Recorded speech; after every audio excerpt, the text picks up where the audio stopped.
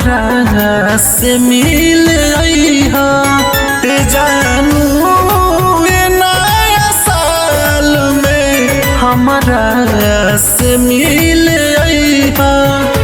शादी बाद तू ससुरा में जइबू फिर हमारा के देख ना पैबू ए जानू ए नया साल में हमारा से मिल अइहा ए जानू।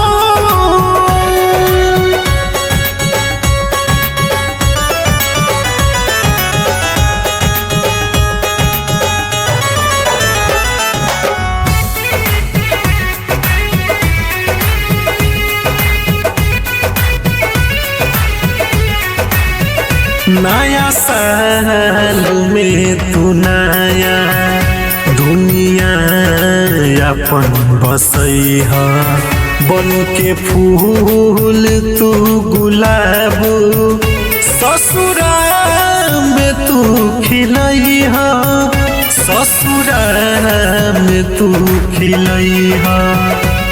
पिया संगे खुश तू रहिहा हमारा खातिर ना लोर बहैहा ए जानू ए नया साल में हमारा से मिल अइहा ए जानू।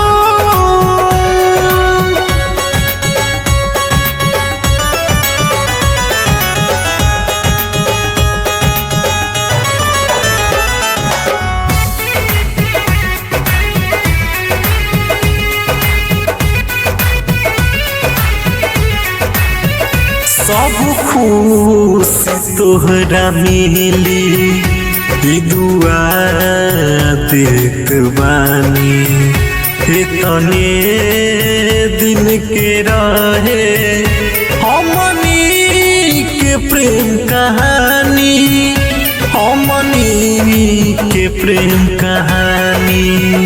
पिंटू पंडित के संगे तू जइहा अब नंदन के जाके भूलैहा ए जानू ए नया साल में हमारा से मिल अइहा ए जानू।